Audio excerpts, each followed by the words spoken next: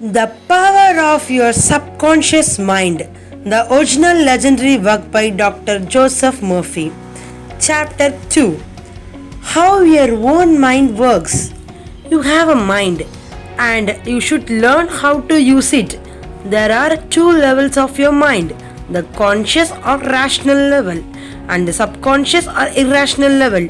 You think with your conscious mind and whatever your habitual think sinks down into your subconscious mind, which creates according to the nature of your thoughts.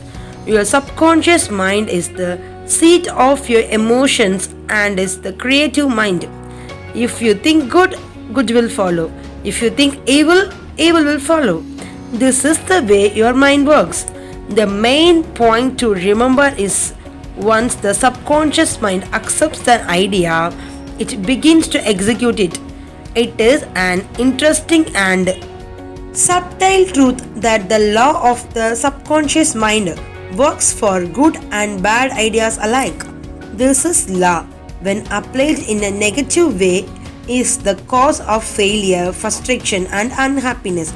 However, when your habitual thinking is harmonious and constructive, you experience perfect health, success, and prosperity. Peace of mind and healthy body are inevitable when you begin to think and feel in the right way whatever you claim mentally and feel as true.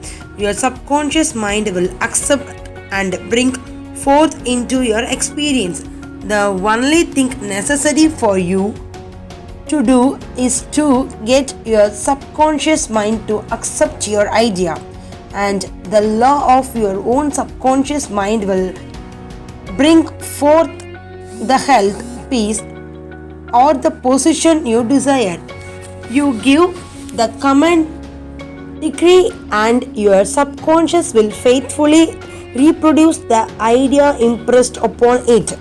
The law of your mind is this: you will get a reaction or response from your subconscious mind according to the nature of the thought or idea you hold in your conscious mind.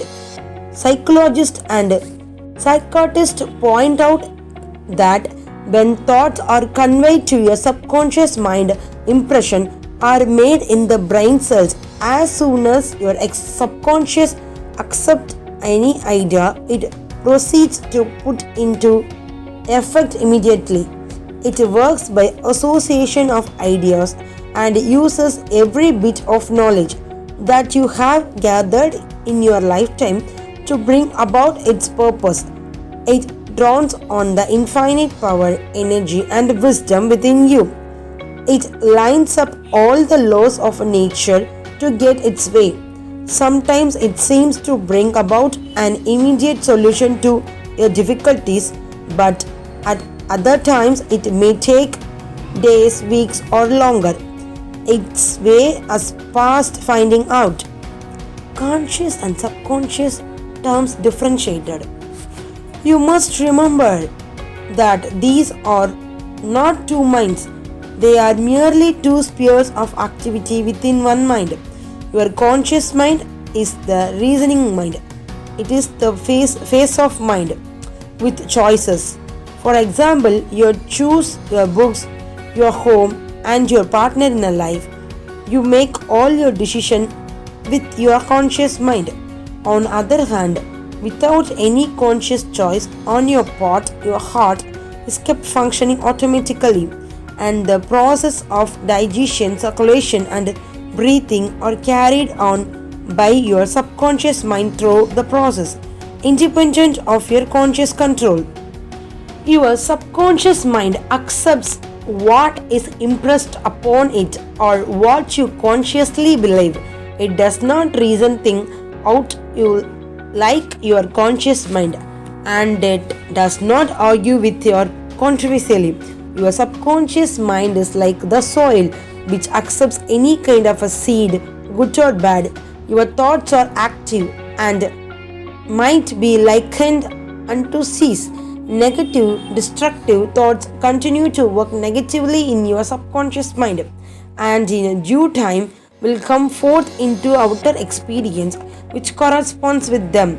Remember, your subconscious mind does not engage in providing whether your thoughts are good or bad, true or false, but it responds according to the nature of your thoughts or suggestion. For example, if you consciously assume something as a true, even though it may be false, your subconscious mind will accept it as a true and proceed to bring about results which must necessarily follow because you consciously assumed it be true. Experiments by psychologists. Innumerable experiments by psychologists and others on persons in a hypnotic state have shown that the subconscious mind is incapable of making selection and comparison which are necessary for a reasoning process. They have shown repeatedly that your subconscious mind will accept any suggestion, however false. Having once accepted any suggestion, it responds according to the nature of the suggestion given. To illustrate our amenability of your subconscious to suggestion, if a practical hypnotist suggests to one of the subjects that he is a Napoleon or even a cat or dog, he will act out the part with inimitable accuracy. His personality becomes changed for the time being. He believes himself to be whatever the operator tells him he is. A skilled hypnotist may suggest to one of his students in a hypnotic state that his back itches, to another that his nose is bleeding, to another that he is marble state, to another that he is freezing and the temperature is below zero. Each one will follow out the time of his particular suggestion totally obviously to all his surrounding which do not pertain to his idea. This simple illustration portrays clearly the difference between your conscious reasoning mind and your subconscious mind, which is impersonal, non-selective and accepts the true. Whatever your conscious mind believes to be true, hence the importance of selecting thoughts, ideas and premises which bless, heal, inspire and fill your soul with the joy. The terms objective and subjective mind clarified.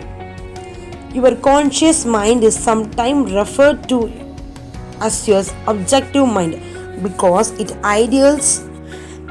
it deals with outward objects. The object mind takes cognizance of the objective world. It is media of observation or your five physical senses. Your objective mind is your guide and director in your contact with your environment. You gain knowledge through your five senses. Your objective mind learns through observation, experience and education. As previously pointed out, the greatest function of the objective mind is that of reasoning. Suppose you are one of the thousands of tourists who come to the Los Angeles annually. You would come to the conclusion that is the beautiful city based upon your observation of the parks, pretty gardens, majestic buildings and lovely homes. This is working of objective mind. Your subconscious mind is oftentimes referred to as your subjective mind. Your subjective mind takes cognizance of its environment by means independent of the five senses. Your subjective mind perceives by intuition. It is the seat of your emotions and storehouse of memory. Your subjective mind performs its highest functions when your objective senses are in abeyance. In a word, it is the intelligence which makes itself manifest when the objective mind is suspended or in a sleepy, drowsy state. Your subjective mind sees without the use of the natural organs of vision. It has the capacity of clairvoyance, and clairaudience, your subjective mind can leave your body, travel to distant lands, and bring back information, oftentimes of the most exact and truthful character. Through your subjective mind, you can read the thoughts of others, read the contents of the sealed envelopes and closed safe. Your subjective mind has the ability to apprehend the thoughts of the others without the use of the ordinary objective means of communication. It is the greatest importance that we understand the interaction of the objective and subjective mind in order to learn the truth art of a prayer. The subconscious cannot reason like your conscious mind. Your conscious mind cannot argue controversially. Hence, if you give it a wrong suggestion, it will accept them as true and will proceed to bring them to pass as a conditions, experience, and events. All things that have happened to you are based on thoughts impressed on your conscious mind through itself. If you have conveyed erroneous concepts of your subconscious mind, the sure method of overcoming them is by the repetition of constructive, harmonious thoughts frequently repeated, which your subconscious mind accepts, these forming new and healthy habits of thought and life. For your subconscious mind is the seat of the habit. The habitual thinking of your conscious mind establish deep grooves in your subconscious mind. This is very favorable for you if your habitual thoughts are harmonious, peaceful, and constructive. If you have individual in a fear, worry, and other destructive forms of thinking, the remedy is to recognize the omnipotence of your subconscious mind and decree freedom, happiness, and perfect health. Your subconscious mind, being creative and one with your divine source, will proceed to create the freedom and happiness which you have earnestly decreed. The tremendous power of suggestion. You must realize by now that your conscious mind is the watchman at the gate, and its chief function is to protect your subconscious mind from false impression. You are now aware of one of the basic laws of mind. Your subconscious mind is amenable to suggestion. As you know, your subconscious mind does not make comparison or contrast, neither does it reason and think things out for itself. This later function belongs to your conscious mind. It simply reacts to your impression given to it by your conscious mind. It does not show a preference for one course of action over another. The following is a classic example of tremendous power of suggestion. Suppose you approach a timid looking passenger on a boat ship and say to him something like this: "You look very ill. How pale you are. I feel certain you are going to be seasick. Let me help you to your cabin." The passenger turns pale. Your suggestion of a seasickness associates itself with his own fears and foreboding. He accepts your aid down to the breath, and there your negative suggestion, which was accepted by him, is realized. Different reaction to the same suggestion. It is the truth that different people will react in a different way to the same suggestion because of their subconscious conditioning or belief.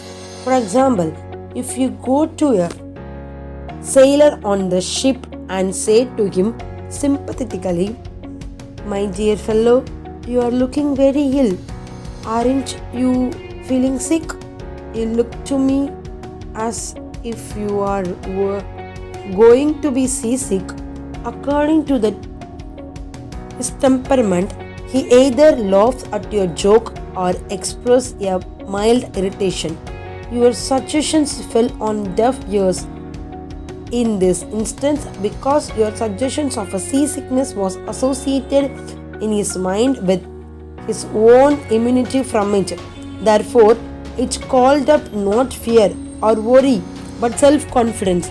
The dictionary says that suggestion is the act of instance of putting something into one's mind.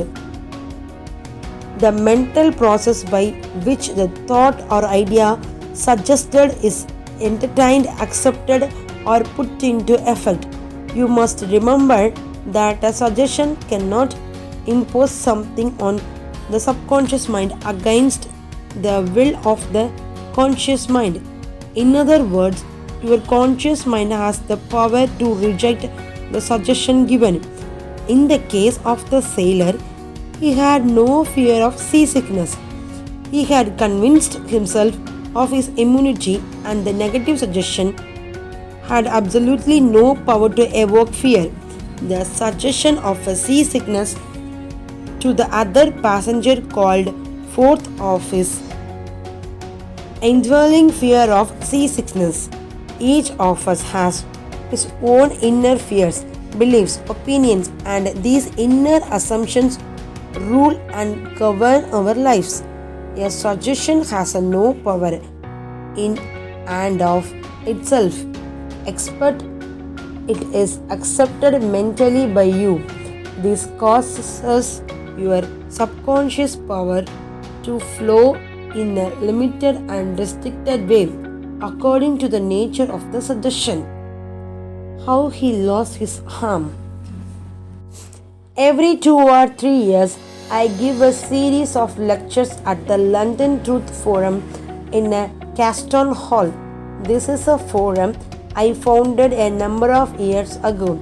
Dr. Evelyn Follett, the director, told me an article which appeared in the English newspaper dealing with the power of suggestion. This is the suggestion man gave to the subconscious mind over a period of about 2 years. I would give my right arm to see my daughter's cured. It appeared that his daughter had a crippling form of arthritis together with the so-called incurable form of skin disease.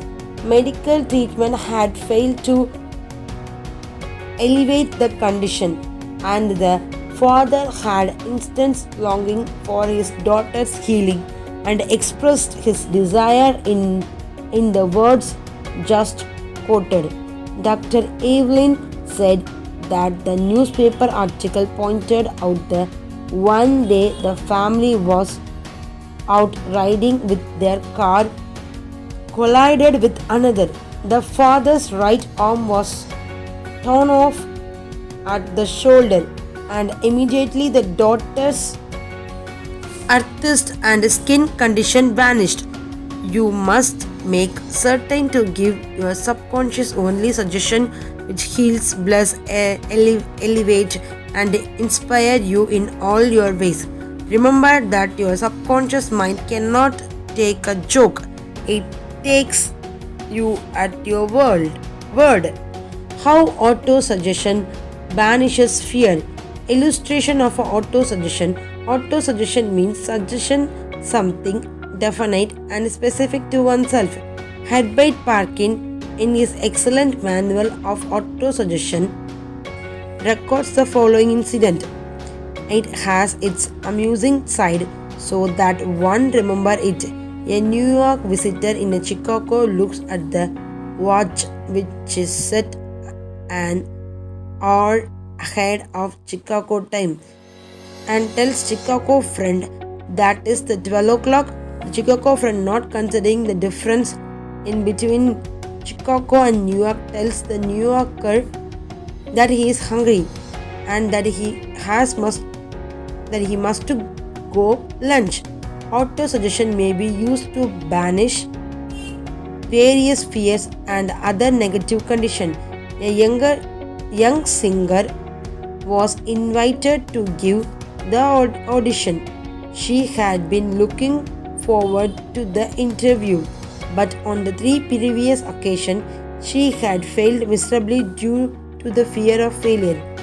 This young lady had very good voice, but she had been saying to herself, when the time comes for me to sing, maybe they won't like me. I will try, but I am full of fear and anxiety. Her subconscious mind accepted these negative autosuggestions as a request and proceeded to manifest them and bring them into her experience.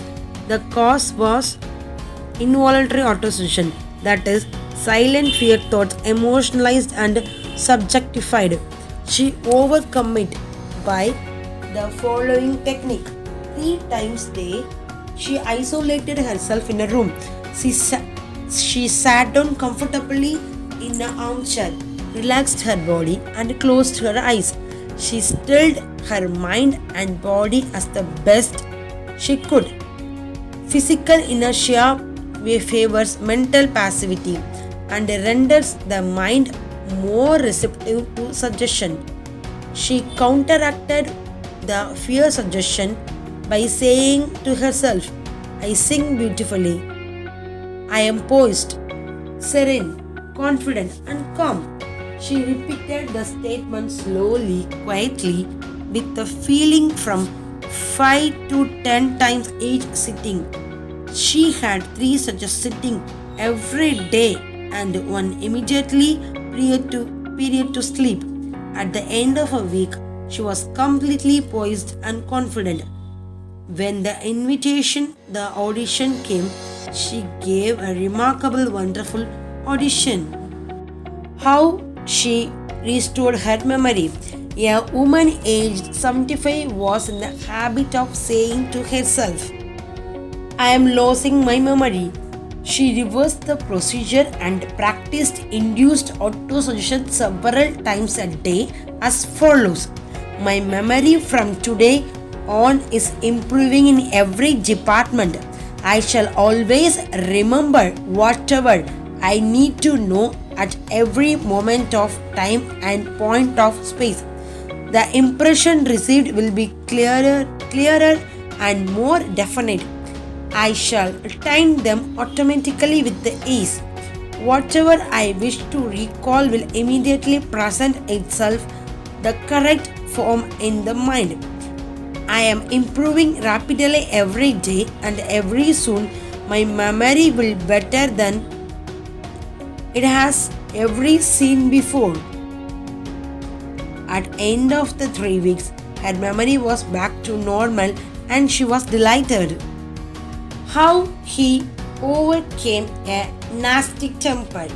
Many men who complained of irritability and bad temper proved to be very susceptible to autosuggestion and obtained marvelous results by using these following statement 3 or 4 times a day, morning, noon and at night, period to sleep for about a month.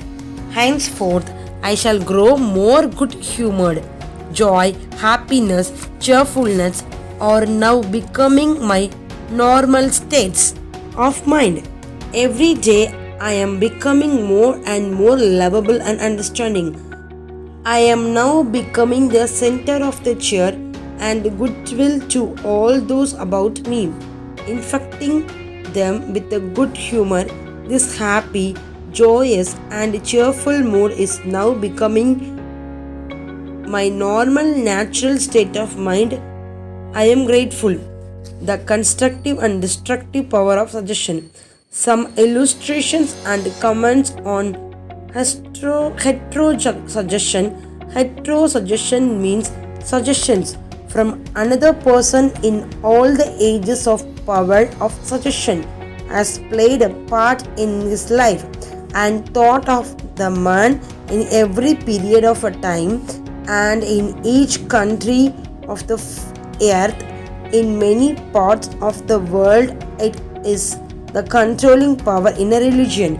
Suggestions may be used to discipline and control yourself, but it can also be used to take control and command over others who do not know the laws of a mind in its constructive form.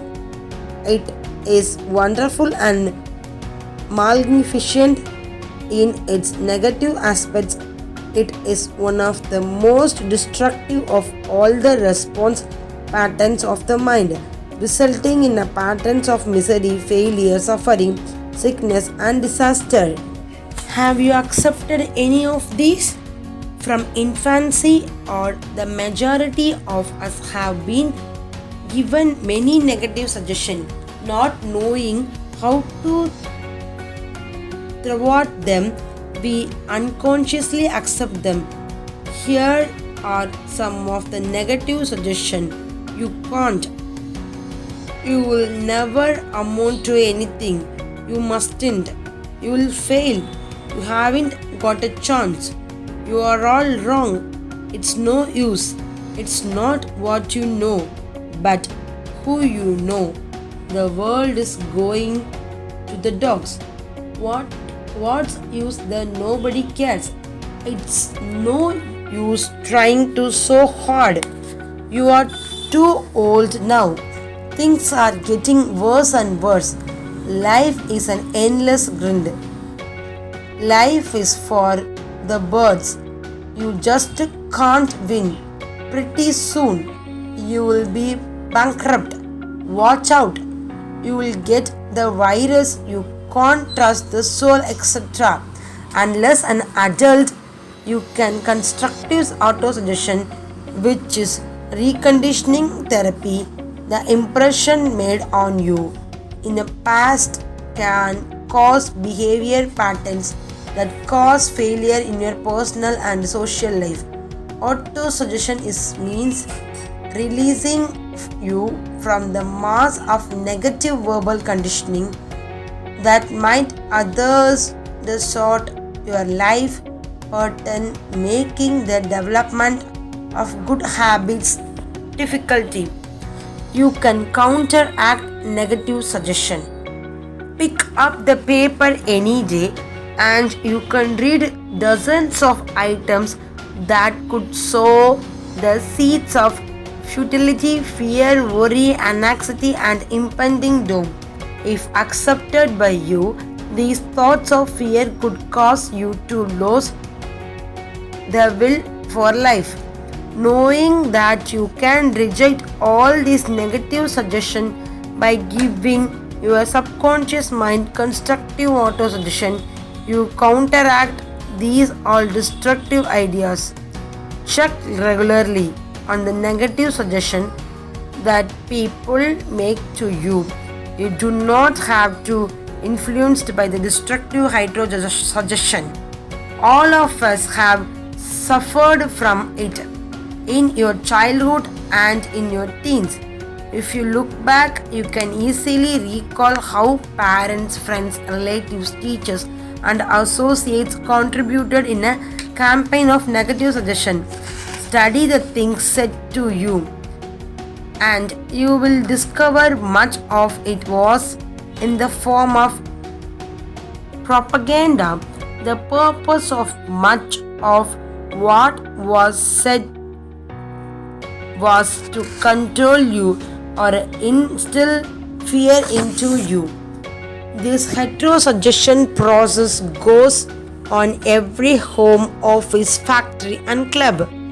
You will find that many of these suggestions are for the purpose of making you think, feel, and act as others want to, and in a way that are to the advantage. How suggestion killed a man. Here is an illustration of a heterosuggestion. A relative of mine went to Crystal Gazer in India, who told him that he had a bad heart and predicted that he would die at the next new moon. He began to tell all members of his family about this prediction and he arranged his will. This powerful suggestion entered into his subconscious mind because he accepted it completely. My relative also told me that this crystal gazer was believed to have some strange occult powers and he could do harm or good to a person. He died as a predictor, not knowing that he was the cause of his own death. I suppose many of us have heard similar stupid, ridiculous superstition stories. Let us look at what happened in the light of your knowledge of the way the subconscious mind works. Whatever the conscious reasoning mind of a man believes, the subconscious mind will accept and act upon. My relative was happy, healthy, vigorous, and robust. When he went to the fortune teller, she gave him a very negative auto suggestion, which he accepted. He became terrified and constantly dwelt upon the fact that he was going to die at the next new moon. He proceeded to tell everyone it, and he prepared for the end. The activity took place on his own mind, and his own thought was cause he brought about his own so-called death, or rather destruction of the physical body, and his fear and expression of the end. The man who predicted his death had no more power than the stones and sticks on the field. Her suggestion had no power to create or bring about the end she suggested. If he had known the laws of his mind, he would have completely rejected the negative suggestion and refused to give her words any attention, knowing in his heart that he was governed and controlled by his own thoughts and feelings. Like tin always aimed at a battleship, his prophecy could have been completely neutralized and dissipated without hurting him. The suggestion of others in themselves have absolutely no power. Whatever you accept the power that you give them through your own thoughts. You have to give your mental consent. You have to entertain the thought. Then it becomes your thought and you do the thinking. Remember, you have the capacity to choose. Choose life, choose love, choose health. The power often assumed major premise. Your mind works like a syllogism. This means that whatever major premise your conscious mind assumes to be true determines the conclusion your subconscious mind comes in regard to any particular question or problem in your mind. If your premise is true, the conclusion must be true. As in the following example, every virtue is laudable. Kindness is a virtue. Therefore, kindness is a laudable. Another example is as follows. All formed things change and pass away. The pyramids of Egypt are formed things. Therefore, someday the pyramids will pass away. The first statement is referred to the major premises, and the right conclusion must necessarily follow the right premises. A college professor who attended some of my Science of Mind lectures in May 1962 at the Town Hall, New York, said to me, Everything in my life is topsy-turvy. and I have lost health, wealth, and friends. Everything I touch turns out wrong. I explained to him he should establish a major premises in his thinking, that the infinite intelligence of his subconscious mind was guiding, directing, and prospering him spiritually, mentally, and materially. Then his subconscious mind would automatically direct him wisely in his investments decision, and also heal his body and restore his mind to peace and tranquility. Thus, Professor formulated an overall picture of the way he wanted his life to be, and this was his major premises. Infinite intelligence leads and guides me in all my ways. Perfect health is mine, and the law of harmony operates in my mind and body. Beauty, love, peace, and abundance are mine. The principles of right action and divine order govern my entire life. I know my major premises is based on the eternal truths of life, and I know, feel, and believe that my subconscious mind responds according to the nature of my conscious mind thinking. He wrote me as follows. I repeated the above statements slowly, quietly, and lovingly several times in a day, knowing that they were sinking deep down into my subconscious mind, and the results must be followed. I am deeply grateful for the interview you gave me, and I would like to add that all departments of my life are changing for the better. It works. The subconscious does not argue controversially. Your subconscious mind is always and knows the answer to all questions. It does not argue with you or talk back to you. It does not say you must not impress me with that. For example, when you say, I can't do this, I am too old now, I can't meet this obligation, I was born on the wrong side of the tracks, I don't know the right politician. You are impregnating your subconscious with these negative thoughts, and it responds accordingly. You are actually blocking your own good, thereby bringing back limitation and frustration into your life.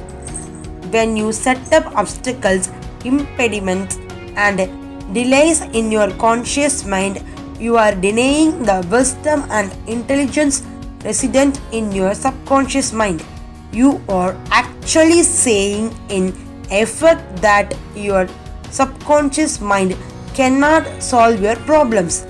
This leads to mental and emotional congestion, followed by sickness and neurotic tendencies.